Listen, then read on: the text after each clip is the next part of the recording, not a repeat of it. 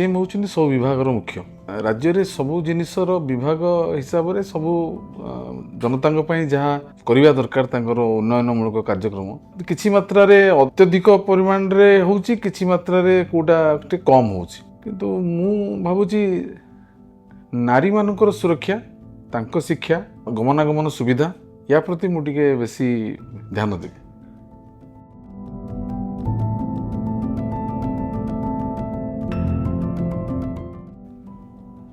बापा जहाँ भी करती आमे बापा माँ को भावु जे ये आमर नीड सरल और सहज जिनसटी आमको दरकार सेटा माँ को आमे कहीदे आमे मुक्त हो जाऊ किंतु बापा को आमे से कथाटा कहि पारुना कारण सी सदाबले कर्तव्यर ही भाषा बुझे था जोटा कि एबे आमे भावुछु जे सीटा ठीक आ माँ तो आमर सबू जिनसर अड़ी अर्दड़ी पाई से आमे आज भी से नथिला थिला बेले भी से ही भावुलु आज भी नथिला बेले भी से भावुछु जे मार आवश्यकता ही सेति।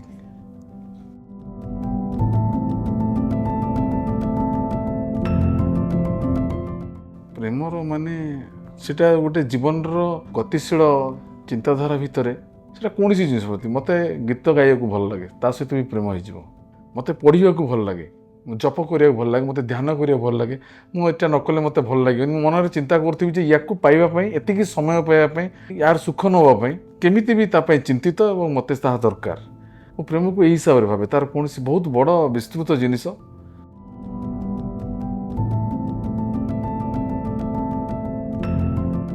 जेतिकी जेतिकी दिन आमे बंची बंची जाऊ आम बढ़ी बढ़ी जाऊ वर्षे 2 वर्ष 3 वर्ष 4 वर्ष सब बेले गोटे नुआ अनुभव मिली यही बयस आसी आमे अनुभव करुचु जे सामना सामनी जो माने मो सहित चलुचंदी तांकु भी कौन से अनुभव मिलूँ से कौन से गोटे माप कला बेल को बड़ा आश्चर्य लगे जे एक्चुअली जीवन केमिति हवा दरकार जीवनटा गोटे एमिति हेले ही था सेमिति हेले ही था किंतु पुणी जदि निजको विवेचना करा जाए निज भितर नहीं मो जो जीवनटा अच्छी सेटा प्राय ठीक अच्छी।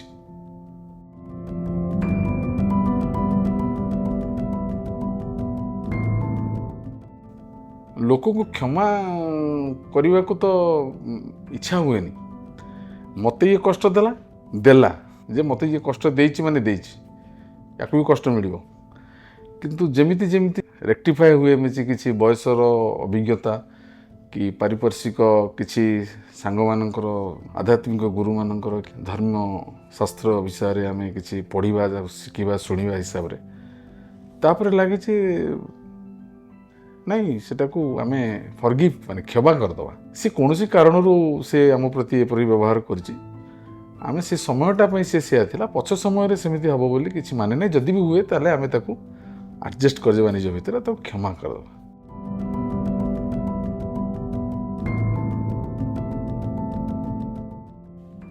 जीवन कष्ट को गोटे कष्ट पर आउ गोटे कष्ट जिते आसे पछ घटी जाइथिबा कष्टटिया मन पड़ेनी से जिते कष्टर काउंटिंगटा बढ़ी बढ़ी जाए से लगे जे कष्ट गुड़ा बोधे गोटे स्वाद आउ ताकू भूली जावा निहाती दरकार एपरि भाबे भूली जा।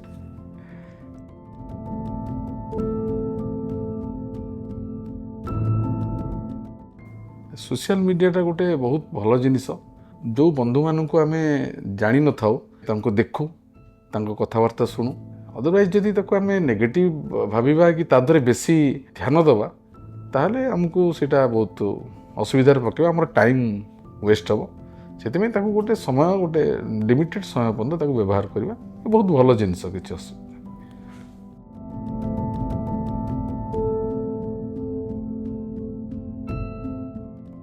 जोटा फास्ट प्रायोरिटी सेटा को आगे आमे तापई सचेतन हवा और आमर खर्च जो बजेट अच्छी ताकू रखा अन्य जो जिनस सब अच्छी जहाँ जमी मैनेज हो पार संचय माध्यम हो से हिसाब से मुझे मैनेज करे।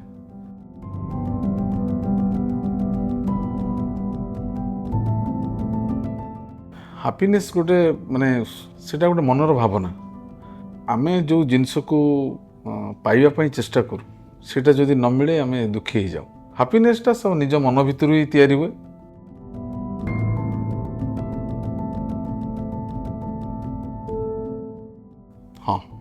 ନାଇଁ କହିବିନି। କିଛି ଜିନିଷ ବାଲାନ୍ସ କରିବା ପାଇଁ ମିଛ କହେ, ଏହା ନାହିଁ ଯେ କାହାର କ୍ଷତି ହେଇଯାଉ ତା ପାଇଁ ମିଛ କହିବି। ବେଳେବେଳେ ଭାବେ ଯେ ମିଛ କହିବା ବି ଗୋଟେ କଳା। ତାକୁ ଯଦି ଠିକ୍ ସମୟରେ ଠିକ୍ ଜାଗାରେ ଠିକ୍ ଭାବରେ ପରିବେଷଣ କରାଯାଏ ତାହେଲେ ଉଭୟ ପକ୍ଷ ଆନନ୍ଦ ପାଆନ୍ତି। ଆଉ ଯଦି କ୍ଷତି ହେଇଯାଏ ତାହେଲେ ଏଇଟା ଦଣ୍ଡନୀୟ ଅପରାଧ।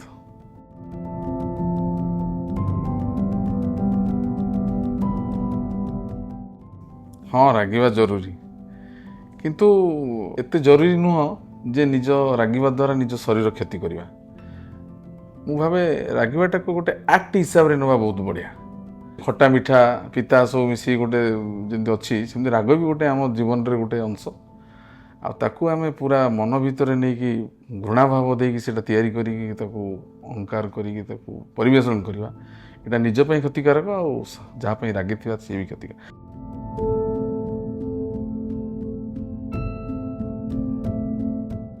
ମୁଁ ଜଣେ ସ୍ପିରିଚୁଆଲ ଲୋକ।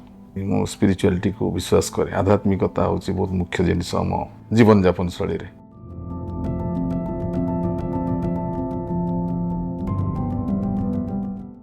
ଏ ତ ଆମର ମୂଳ ଦେବତା। ଏ ଓଡ଼ିଶାରେ ଜନ୍ମ ହେବା ଅର୍ଥ ଆମେ ବୁଝୁ ଯେ ସିଏ ଆମକୁ ଗୋଟେ ଟିକେଟ୍ ଦେଇଥାନ୍ତି ଯେ ତୁ ମୋ ପାଖକୁ ତୁ ଆସିବୁ। ମୋରି ଅଙ୍ଗରୁ ଯେଉଁ ବାସ୍ନା ଯିବ, ଯେଉଁ ବାୟୁମଣ୍ଡଳରେ ବୁଲିବ, ସେଇଟା ତୋରି ଦେହରେ ଲାଗିବ। ଆଉ ସିଏ ବି ଜଣେଇ ଦିଅନ୍ତି ଯେ ତୁ ମୋ ଜାଗାକୁ ଆସିଗଲୁ, ତୁ ମୋରି ଆବଦ୍ଧ ଭିତରେ ରହିବୁ। ସେ ଆପେ ଆପେ ଆମ ଭିତରେ ସମାହିତ ହୁଅନ୍ତି, ଆମେ ତାଙ୍କ ଭିତରେ ସମାହିତ।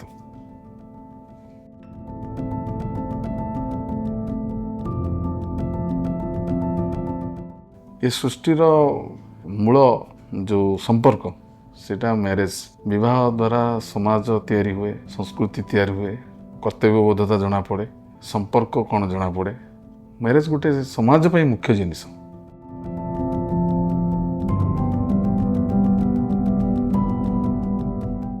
ମଡ଼ର୍ଣ୍ଣ ମ୍ୟାରେଜଟା ବ୍ୟୟବହୁଳ, ଟ୍ରାଡ଼ିସନାଲ ମ୍ୟାରେଜଟା ଆଉ ରିକ୍ୱାରମେଣ୍ଟ ପଡ଼ୁନି, ସେଇଟା ସ୍କିପ୍ ହେଇଗଲାଣି, ମାନେ ସେଇଟା ଭୁଲିଗଲେଣି।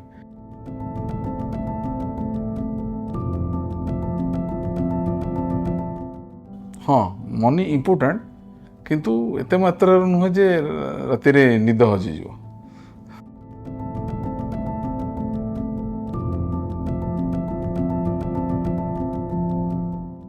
ନା, କେବେ ବି ଚଳି ହେବନି। ଖାଦ୍ୟପେୟ, ଶିକ୍ଷା, ପରିବାରକୁ ଗୁଜରଣ କରିବା ପାଇଁ ଏହା କିଛି ବି ନୁହଁ।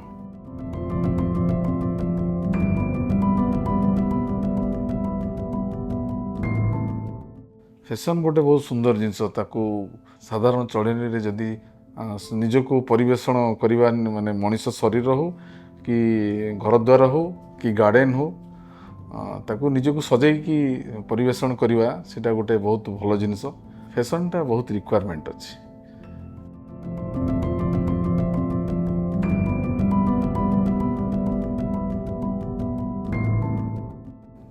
ହଁ, ଜୀବନରେ କମ୍ପାରିଜନରୁ ଲୋକ ବଞ୍ଚନ୍ତି। ସୋପ୍ଟା ଦେଖିକି ଲୋକ ଭାବନ୍ତି ମୁଁ ବି ସେଇଆ କରିବି। ଲୋନ୍ କରିକି ଅନ୍ୟଠୁ ଛଡ଼େଇକି ଏକ୍ସଟ୍ରାକ୍ଟ କରିକି ଯଦି ସେଇଟା ସେ କରୁଛି, ତାହେଲେ ସେଇ ସୋପ୍ଟା ଭଲ ନୁହଁ। ତା ପାଖରେ ଯେତିକି ସମ୍ଭବ ତାର ସମ୍ବଳ ହିସାବରେ ସୋପ୍ କରିବା ପାଇଁ, ତାହେଲେ ତାକୁ ସେ ଗୋଟେ କଣ୍ଟ୍ରୋଲ ଭିତରେ ଯଦି ସୋପ୍ କରୁଛି, ହଁ ଭଲ ଜିନିଷ ସୋପ୍ କରିବା।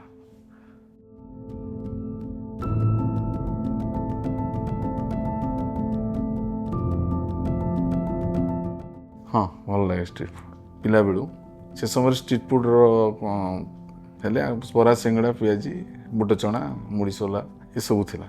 ଆଉ ଏବେ ଯଦି ବି କିଛି ନୂଆ ଚେଞ୍ଜ ଅଛି, ତାକୁ ଟେଷ୍ଟ କରିବାକୁ ଭଲ ଲାଗେ।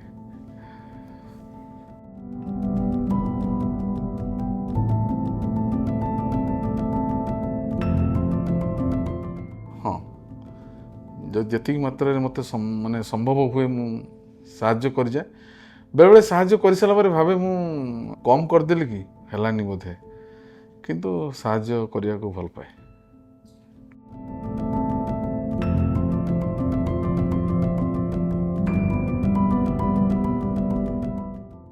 ବହୁତ ମାନେ ରଖେ। ମଣିଷ ଜନ୍ମ ନେଇଛି କହିଲେ ଏମ୍ପାଥି ସିମ୍ପାଥି ତା ସାଙ୍ଗରେ ଅଛି, ସେଇଟା ଗୋଟେ ଭାବନା। ଯଦି ତାକୁ ଦମନ କରେ ସିଏ, ତାହେଲେ ସିଏ ଈଶ୍ୱରଙ୍କ ଦରବାରରେ ଦଣ୍ଡ ପାଇବ।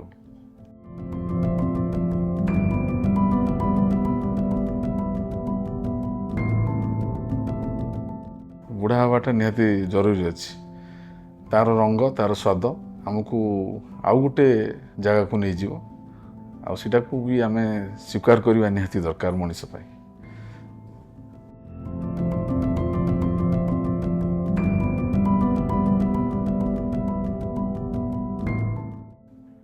ହ୍ୟୁମିଲିଟି ହେଇଛି, କିନ୍ତୁ ପର ସମୟରେ ଭାବେ ଯେ ସିଏ ଗୋଟେ କୌଣସି କାରଣରୁ ସେଇଟା କରିଥିଲେ, ଆଉ ସେଇଟାକୁ ମୁଁ ଧରି ବସିବା ଠିକ୍ ନୁହଁ। ମୁଁ ତାକୁ ଭୁଲି ଯାଇଛି।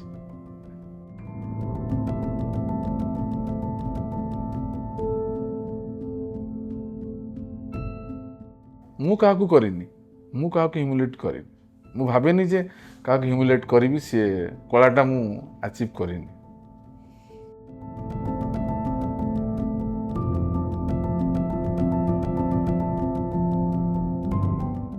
ମଲ୍ କନସେପ୍ଟ ଆସିବା ଦିନଠୁ ଗୋଟେ ଜିନିଷ ଭଲ ଲାଗିଲା ଯେ ଯେମିତିକି ଆମେ ଆଗରୁ ବାଲିଯାତ୍ରା ମେଳା ଯେଉଁ ସବୁ ପଡ଼େ, ସେଠି ଗୋଟେ ଜାଗାରେ ସବୁ ଜିନିଷ ମିଳେ। ସେଇଟା ଖୋଲା ପଡ଼ିଆରେ ହୁଏ।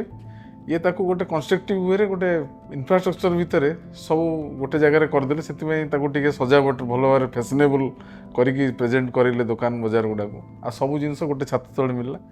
ସେଠି ସମୟ କିଛି କିଣନ୍ତୁ କି ନ କିଣନ୍ତୁ, କିନ୍ତୁ ସେଠି ଗଲେ ସୁବିଧା, ସେଇଟା ସମସ୍ତଙ୍କ ପାଇଁ, ଆମ ପାଇଁ ସୁବିଧା।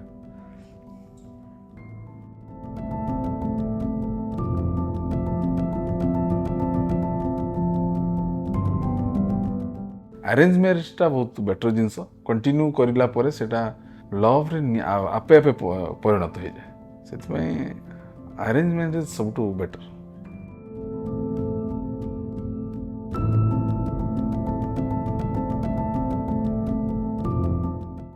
ହଁ, ମୋ ପ୍ରଫେସନାଲ ଜବ୍ରେ ମୁଁ ସାଟିସ୍ଫାଏ।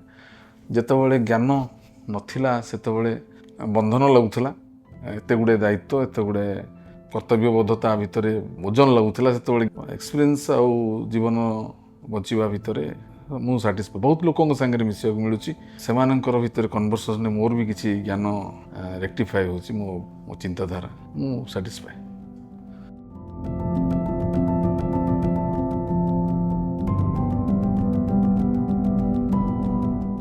ସବୁ ପ୍ରକାର ସିନେମା ଭଲ ଲାଗେ।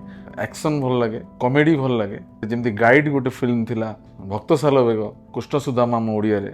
ଏମିତି ମୋତେ ଆଧ୍ୟାତ୍ମିକ ଉପରେ ଯେଉଁ ଫିଲ୍ମ ଅଛି ବହୁତ ଭଲ ଲାଗେ। ପାରିବାରିକ ଚଳଚ୍ଚିତ୍ର ମଧ୍ୟ ଭଲ ଲାଗେ, କାରଣ ସୋସାଇଟିକୁ ବହୁତ ଗୁଡ଼ାଏ ଆମ ପରିବାର ବଦଳୁଥିବା ପରିବାର ଉପରେ ଆଉ ଫିଲ୍ମ ହେଉନି।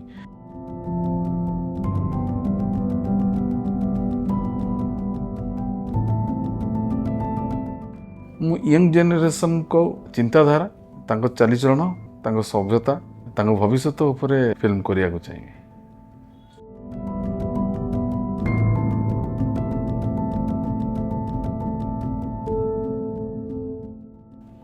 ଯାହା ମୁଁ ଭାବୁଛି ତାକୁ ଠିକ୍ ଭାବରେ ଯଦି ମୁଁ ବ୍ୟକ୍ତ କରିପାରିବି, ସେଇଟା ସ୍ମାର୍ଟନେସ୍ ବୋଲି ବୁଝେ।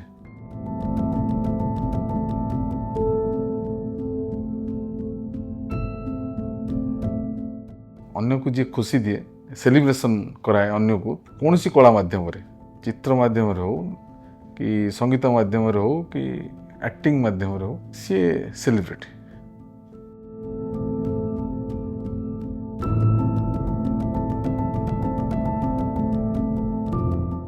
କଇଁଛ ଆଉ ଠେକୁଆ ରେସ୍ ଯୁଗାନ୍ତକାରୀ ଗପଟିଏ। ତାଙ୍କ ଭିତରେ ରେସ୍ ଲାଗିଲା, କଇଁଛ ଆଉ ଠେକୁଆ ଭିତରେ ଯେଉଁ ରେସ୍ ଲାଗିଲା, କଇଁଛ ତ ତାର ଧୀରେ ଧୀରେ ଗତି, ଠେକୁଆ ତାକୁ ଦେଖି ହସିଦେଲା। ଟାର୍ଗେଟ୍ ଯେଉଁ ପର୍ଯ୍ୟନ୍ତ ଦୌଡ଼ିବାକୁ ଦିଆଯାଇଥିଲା, ଠେକୁଆ ଖୁବ୍ ବାଟରେ ଦୌଡ଼ିକି ପଳେଇଲା। ଦେଖିଲା ତ କଇଁଛ ଦେଖାଯାଉନି ଟୋଟାଲି। କହିଲା ସିଏ କେତେବେଳେ ଆସିବ କ'ଣ ନାହିଁ, ଆଉ ଆସିବ କି ନାହିଁ ଠିକ୍ ନାହିଁ, ସିଏ କ'ଣ କେତେବେଳେ ଚାଲୁଛି, କ'ଣ ସିଏ ତାର ଚାଲି ତ ସମସ୍ତେ ଜାଣନ୍ତି, ବାଟରେ ରହିଯିବ ଯେ ତାର ଠିକଣା ନାହିଁ। ମୁଁ ଏଠି ଟିକେ ଥକା ନଉ ସେ ଭକୁଆ ଶୋଇପଡ଼ିଲା ସେଠି। ସିଏ ସେଠି ଶୋଇପଡ଼ିଛି, କଇଁଛ ତାର ଚାଲିଛି, ତାର ତ ସେଇ ଗୋଟିଏ ଗତି। କିନ୍ତୁ ସେ ଯାଇକି ସେଠି ପହଞ୍ଚିଗଲା। ଠେକୁଆ ଭାବିଲା ସେ ଆସିନି, ଆଉ କହିଲା ଚାଲ ପଳେଇଯିବା ସେଇ ପର୍ଯ୍ୟନ୍ତ। ସେଠି ପହଞ୍ଚିଲା ବେଳକୁ ସେ କଇଁଛ ସେଠି ଅଛି। ଠେକୁଆ ବହୁତ ହାସ୍ୟାସ୍ପଦ ହେଲା, ବହୁତ ନିଜକୁ ଲଜ୍ଜିତ ମନେ କଲା। ଇଏ ଗୋଟେ ବହୁତ ବଡ଼ ଉଦାହରଣ ମଣିଷ ଜୀବନରେ। ଅପରଚ୍ୟୁନିଟି ମିଳୁ ନ ମିଳୁ, କାହା ସହିତ କାହାକୁ କମ୍ପେୟାର କରିବା କଥା। ନିଜ ଗତି ଭଗବାନ ଯାହାକୁ ଦେଇଛନ୍ତି ଯେମିତି ଚାଲିବା ପାଇଁ, ସେମିତି ସେ ଆଗକୁ ନିଶ୍ଚୟ ବଢ଼ିବ, ତାକୁ ସେ ସୁଯୋଗ ମିଳିବ।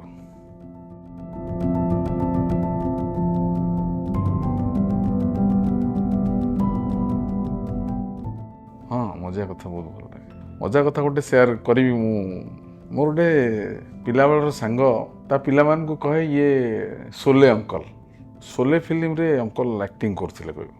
ପିଲାମାନେ ଛୋଟ ଥାନ୍ତି, 6-7 ବର୍ଷର ଥିଲେ ସେମାନେ। ସେ ସୋଲେ ଯେତେବେଳେ ଷ୍ଟାର୍ଟ ହେବ, ବାବା ସୋଲେ ଷ୍ଟାର୍ଟ ହେଲା, ଆଜି ଅଙ୍କଲକୁ ଦେଖାଅ। ସେଠୁ ସିଏ କ'ଣ କରିବ, ସେ ଯେଉଁ ଘୋଡ଼ା ଦୌଡ଼ୁଥିବେ ଟ୍ରେନରେ ଆଟାକ୍ ବେଳେ ଯେଉଁ ଦୌଡ଼ୁଥିବ, ସେତେବେଳେ ସେ ସେଇଠି କହୁଛ 3 ନମ୍ବର ଘୋଡ଼ାରେ ଯେଉଁ ବସିଛନ୍ତି ସିଏ ହେଉଛନ୍ତି ସେ ଅଙ୍କଲ। ତାଙ୍କ ଦିନ ଗଡ଼ିଲା, ବୟସ ଚାଲିଲା, ବଢ଼ି ବଢ଼ି ଚାଲିଲା।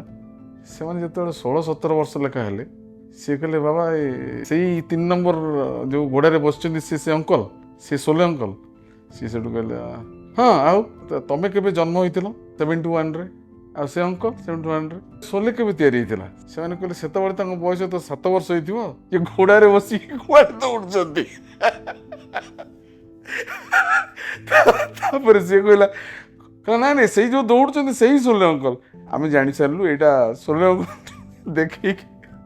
ଦେଖେଇକି ଆମକୁ ମିଛରେ ଆଜି ପର୍ଯ୍ୟନ୍ତ ନେଉଥିଲୁ। ଏଇଟା ସୋଲେରେ ଯିଏ ଘୋଡ଼ାରେ ବସି ଡାକୁ ଦୌଡ଼ୁଥିଲେ 3 ନମ୍ବର ଘୋଡ଼ାରେ ସେ ଟ୍ରେନ୍ ଫଲୋ କରୁଥିଲେ, ସିଏ ହେଉଛି ସୋଲେ ଅଙ୍କଲ। ଆଜି ଯଦି ସେ ପିଲାମାନେ ମୋତେ ଦେଖନ୍ତି, ସେମାନେ ଆପେ ଆପେ ହସି ପକାନ୍ତି। ମୁଁ ପଚାରେ ମୋ ସାଙ୍ଗକୁ, ଆରେ କାହିଁ ହସୁଛନ୍ତି? ନା ସେମାନେ ଏବେ ଜାଣିଦେଲେ ଯେ ତୁ ସୋଲେ ଅଙ୍କଲ ନୁହଁ। ସୋଲେ ସେଥିପାଇଁ ସେମାନେ ସେ ଘୋଡ଼ା, ଆଉ ଟ୍ରେନ୍ ଆରମ୍ଭ ହେଲା ମାନେ ସେମାନେ ବସିକି ଦେଖିବେ।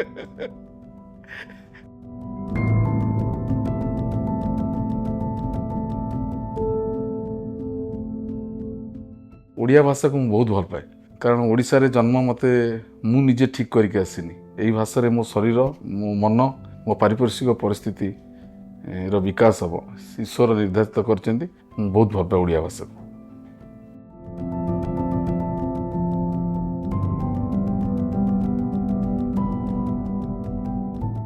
ସ୍ୱପ୍ନ ସକାଶେ ତ ମଣିଷ ବଞ୍ଚୁଛି। ମୋର ଯେଉଁ ସବୁ ସ୍ୱପ୍ନ ଅଛି ସେଇଟା ସାକାର ହଉ ବୋଲି ମୁଁ ତାକୁ ଭାବେ।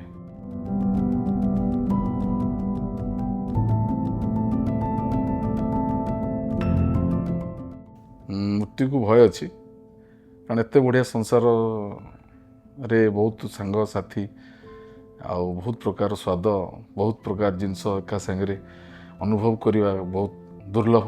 କିନ୍ତୁ ମୃତ୍ୟୁକୁ ଭୟ ଲାଗେ ସେଥିପାଇଁ ଯଦି ମୃତ୍ୟୁ ଆସିଲା ଏସବୁ ଜିନିଷ ଗୁଡ଼ିକ ନିଜ ପାଖରୁ ଚାଲିଯିବ, ସେଥିପାଇଁ ଭୟ ଅଛି।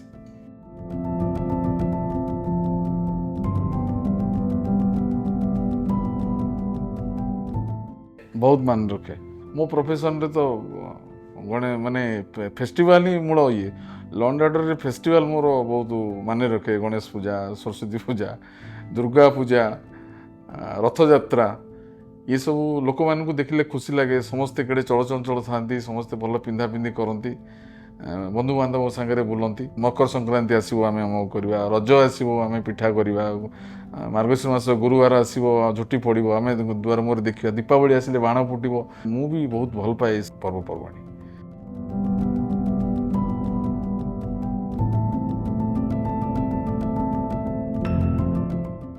ହଁ, ନିଜକୁ ନିଜେ ସେଲଫିସ୍ ଭାବେ।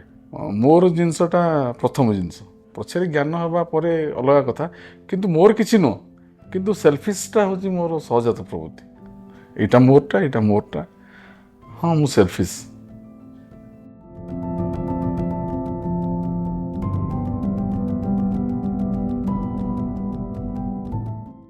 ମୋ ପାଇଁ କ୍ରିଏଟିଭିଟିର ମାନେ ନିଜେ ଭାବୁଥିବା, ନିଜେ ଭଲ ପାଉଥିବା, ତାକୁ ନିଜର ଶୈଳୀରେ ପ୍ରେଜେଣ୍ଟ କରିବା ପାଇଁ ଯେଉଁ ଚିନ୍ତାଧାରା ଆଉ ନିଜର ଆକ୍ଟିଭିଟି ଯେଉଁ ଅଛି, ସେଇଟାକୁ ମୁଁ କ୍ରିଏଟିଭିଟି ବୋଲି ଭାବେ।